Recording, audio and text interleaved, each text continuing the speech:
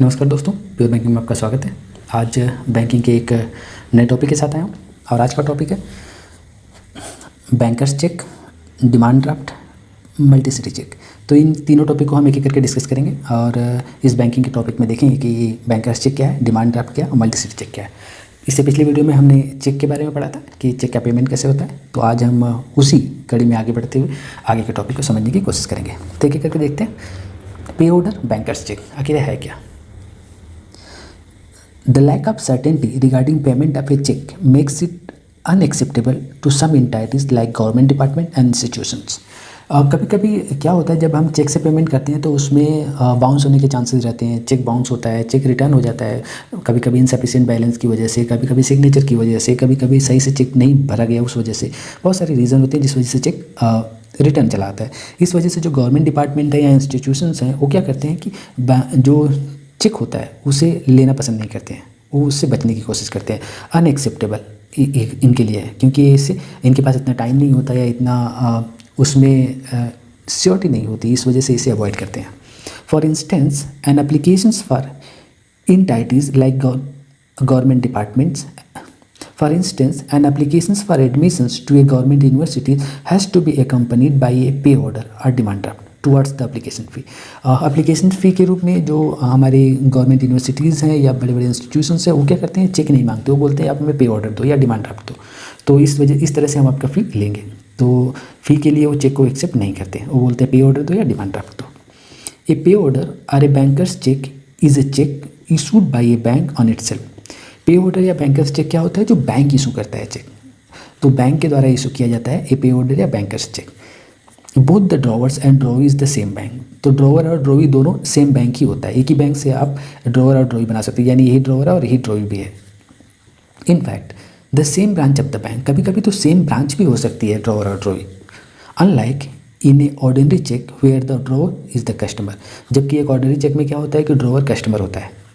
Since A pay order is issued by a bank, it is certain to be paid as no bank can afford to default on its commitment. तो इसमें सर्टी होती है कि बोला जा रहा है कि जो पे ऑर्डर होता है कि एक बैंक के द्वारा ही इशू किया जाता है, इसलिए सर्टेनिटी बनी रहती है कि इसमें डिफ़ॉल्ट होने की पॉसिबिलिटीज़ नील हो जाती है, क्योंकि कोई भी बैंक कभी भी डिफ़ॉल्ट नहीं होना चाहेगा। इस वजह से जो यूनिवर्सिटीज़ और इंस्टीट्यूशंस होते हैं वो पे ऑर्डर या बैंकर्स चेक पे ज़्यादा भरोसा करते हैं। Banks collect A fee for issuing पे ऑर्डर। अब पे ऑर्डर इशू करने के लिए बैंक क्या करती हैं, फ़ीस लेती हैं, तो इससे बैंक को भी फ़ायदा हो जाता है और उनका जो चेक होता है वो श्योरिटी होती है कि उससे 100% पेमेंट हो जाएगा। इस वजह से यूनिवर्सिटी और इंस्टीट्यूशंस जो है वो भी खुश रहते हैं और वो भी इसे खुशी खुशी एक्सेप्ट कर लेते हैं। तो ये रहा पे ऑर्डर और बैंकर्स चेक। आगे देख लेते हैं डिमांड ड्राफ्ट क्या है। A pay order is generally used for making local payment. Pay order generally use होता है लोकल पेमेंट के लिए, as it is payable at the place where it is issued, जैसा कि ये वहीं पे पेएबल होता है जहाँ पे इशू किया जाता है। When payments have to be made for too far away places and the pay insist on certainty of payment, DD are used। अगर जो पेमेंट है कहीं दूर करनी है, सपोज़ कि आप एक स्टेट में हो और दूसरे स्टेट में पेमेंट करनी है, तो वहाँ पे पेई और पेई जिसको जो पेमेंट कर रहा है या जिसको पेमेंट लेना, दोनों एक नहीं हो सकते, दोनों अलग अलग प्लेसेस पे होते हैं। तो इस सिचुएशन में पे ऑर्डर इशू नहीं होता है। इस सिचुएशन में जो इशू होता है उसे हम DD कहते हैं। DDs like pay order are cheques issued by a bank but payable at different branch. इसमें क्या होता है, ए भी DD भी चेक क्या है पे ऑर्डर की तरह ही होता है जिसको एक बैंक इशू करती है, लेकिन ये पेएबल होता है दूसरी जगह पे, यानी दूसरी जगह पे ब्रांच में। In other words DD is a cheque issued by one branch drawer of a bank and payable at another branch drawee of the bank. दूसरे शब्दों में बोला जाए तो DD क्या होता है, एक चेक ही जैसा होता है, चेक होता है जिसे इशू किया जाता है एक ब्रांच के द्वारा जिसे हम ड्रॉवर बोलते हैं, और ये पेएबल होता है दूसरी ब्रांच में जिसे हम ड्रॉवी बोलते हैं। At times, bank which do not have many branches make arrangement with other banks to issue DD on their branches। कहीं कहीं होता है कि जो बैंक होती है उनकी ब्रांचेज में DD इशू करने की फैसिलिटी नहीं होती है, तो क्या करती हैं, दूसरे बैंकों से टाई अप करती हैं और उन्हें बोलती हैं कि वो DD उनके लिए इशू करें।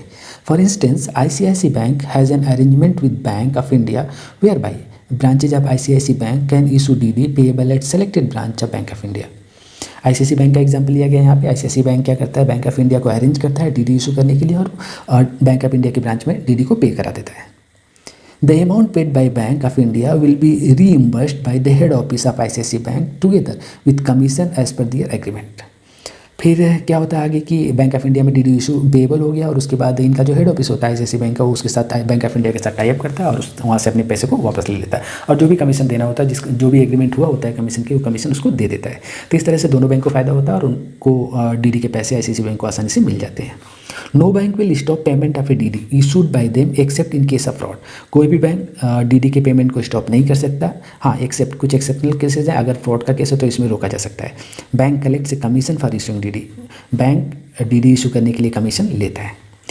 तो पे ऑर्डर क्या था कि एक ही जगह पे कभी कभी तो एक ही ब्रांच में इशू किया जाता है और वहीं पे किया जाता है। पे ऑर्डर यानी लोकल अगर पेमेंट करना है और श्योरिटी के साथ पेमेंट करता है तो जो गवर्नमेंट ऑर्गेनाइजेशन इंस्टीट्यूशन है वो पे ऑर्डर को प्रेफर करते हैं या बैंकर्स चेक को प्रेफर करते हैं। लेकिन अगर पेमेंट दूसरे स्टेट में करना है, कहीं दूर करना है, तो उस सिचुएशन में पे ऑर्डर इशू नहीं होता। उस सिचुएशन में जो इशू होता है उसे हम डीडी कहते हैं। डीडी एक बैंक में इशू होता है, इसे पेएबल टू दूसरी बैंक में किया जा सकता है, यानी दूसरे स्टेट की बैंक या ब्रांचेज में इसे पेएबल किया जा सकता है। कभी कभी क्या होता है, कोई भी बैंक जैसे ICICI बैंक अगर वो डीडी इशू नहीं करती है तो वो अपना डीडी इशू करने के लिए और कलेक्शन के लिए भी अरेंज करती है। जैसे उसका टाई अप अगर बैंक ऑफ इंडिया के साथ है तो बैंक ऑफ इंडिया के यहाँ उसकी डीडी को पेएबल किया जाएगा और उसके हेड ऑफिस से जो ICICI बैंक का हेड ऑफिस है उसके साथ उनका टाई अप होता है और फिर बाद में वो अपने पैसे उससे वापस ले लेते हैं। इसके बदले में जो कमीशन देना होता है वो कमीशन दे देते हैं। तो इस तरह से डीडी का पेमेंट होता है। डीडी की सिचुएशन में क्या है कि इसको कभी भी रोका नहीं जा सकता है एक्सेप्ट सम फ्रॉड केसेस। अगर कहीं फ्रॉड केस है तभी भी इसे रोका जा सकता है डीडी के पेमेंट को, अदरवाइज डीडी का पेमेंट कभी भी रुकता नहीं है। बैंक को क्या करते हैं, डीडी इशू करने के लिए उनको कमीशन मिलता है, तो इस तरह से बैंक का भी फायदा हो जाता है इसमें।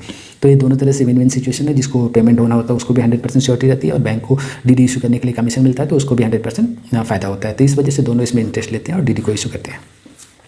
एक और देख लेते हैं, multi city cheque. Multi city cheque ये क्या है? By definition cheques are payable at the branch where the account is maintain. इसके डिफिनीशन से ही पता चल रहा है कि cheque are payable at branch where the account is maintain. Cheque उस ब्रांच में पेएबल होगा जहाँ पे आपका अकाउंट मेंटेन किया जाएगा। However banks which are networked and have centralised computer system are able to pay cheques of any branch at any other branch. और कुछ सिचुएशन में अगर कोई नेटवर्क कोई ऐसी बैंक है जिसकी नेटवर्क ब्रांचेज हैं और उसका सेंट्रलाइज कंप्यूटर सिस्टम है तो उसमें क्या होता है, चेक किसी एक ब्रांच से इशू किया जाएगा और उस चेक को उसकी दूसरी किसी भी ब्रांच में पेएबल किया जा सकता है। इसे मल्टी सिटी चेक कहते हैं। Thus a cheque issued on Varanasi branch can be paid at any branch of a bank as the entire database is in the computer at their head office and accessing it from Varanasi और Chennai is no different. एक example यहाँ पे दिया जा रहा है कि अगर सोचो कि एक एग्जांपल दिया जा रहा है कि अगर चेक इशू किया गया वाराणसी की ब्रांच से और उसे किसी भी ब्रांच में उस बैंक के पेएबल किया जा सकता है। अगर चाहे तो वाराणसी की ब्रांच से पेएबल किया या तो फिर चेन्नई की ब्रांच में भी उसका पेमेंट लिया जा सकता है, क्योंकि सबका डाटाबेस एक है और उसका सेंट्रलाइज कंप्यूटर सिस्टम है। इस वजह से इसे कोई फ़र्क नहीं पड़ता कि इसका पेमेंट कहाँ पर लिया जा रहा है। तो जो सेंट्रलाइज नेटवर्क सिस्टम है हमारे बैंकों की, इसमें यही फ़ायदा है कि आप उसकी किसी भी ब्रांच से चेक लेके किसी भी ब्रांच में पेमेंट ले सकते हो। Cheques which are payable at any branch are called multi city cheque. जो चेक है जो कि पेएबल होगा किसी भी ब्रांच में, इसी को मल्टी सिटी चेक कहते हैं। And they have replace demand draft to some extent. कुछ हद तक ये डीडी को रिप्लेस भी कर चुका है इसी वजह से, क्योंकि ये किसी ब्रांच में इसका पेमेंट किया जा सकता है। Banks issue multi city cheques to only select customers with large value accounts as issuance of such cheques lead to loss the commission income. Bank क्या करती है, मल्टी सिटी चेक सबको नहीं देती है, कुछ सिलेक्टेड कस्टमर को देती है। वैसे कस्टमर को जिसका ट्रांजैक्शन ज़्यादा होता है या जिसका ट्रांजैक्शन अलग अलग शहरों में होता है, जो ट्रांसफरेबल जॉब करते हैं या जो बहुत फ्रिक्वेंटली इधर से उधर जाते रहते हैं, ऐसे लोगों को ही मल्टी सिटी चेक इशू करती है। क्योंकि मल्टी सिटी चेक इशू करने में बैंक को भी लॉस होता है, क्योंकि उसका जो कमीशन मिलता था डीडी पे वो मिलना बंद हो जाता है, कमीशन इनकम पूरी तरह से बंद हो जाता है। इस वजह से बैंक इसे अवॉइड करती है और कोशिश करती है कि मल्टी सिटी चेक सबको न दिया जाए, कुछ जो जेन्युइन कस्टमर है उन्हीं को इशू किया जाए।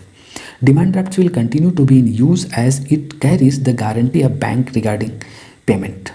डिमांड ड्राफ्ट अभी भी यूज़ में है। इसका रीज़न ये है कि ये गारंटी देता है बैंक को कि जो पेमेंट हो 100% हो जाएगी। While multi city checks could be dishonoured, जबकि मल्टी सिटी चेक कभी कभी डिसऑनर्ड भी हो जाता है। Are not paid for want of balance or due to stop payment. कभी कभी पेड नहीं होता है बैलेंस, मिनिमम बैलेंस की वजह से भी कभी कभी डिसऑनर हो जाता है, या कभी कभी स्टॉप पेमेंट का उसके ऊपर एक ऑर्डर लगा दिया जाता है जिस वजह से भी वो डिसऑनर हो जाता है। तो इस वजह से मल्टी सिटी चेक आज की डेट में यूज़ में तो है, लेकिन डीडी का यूज़ अभी तक खत्म नहीं किया गया, क्योंकि उसमें गारंटी पेमेंट की पॉसिबिलिटी बनी रहती जो मल्टी सिटी चेक में नहीं होती है।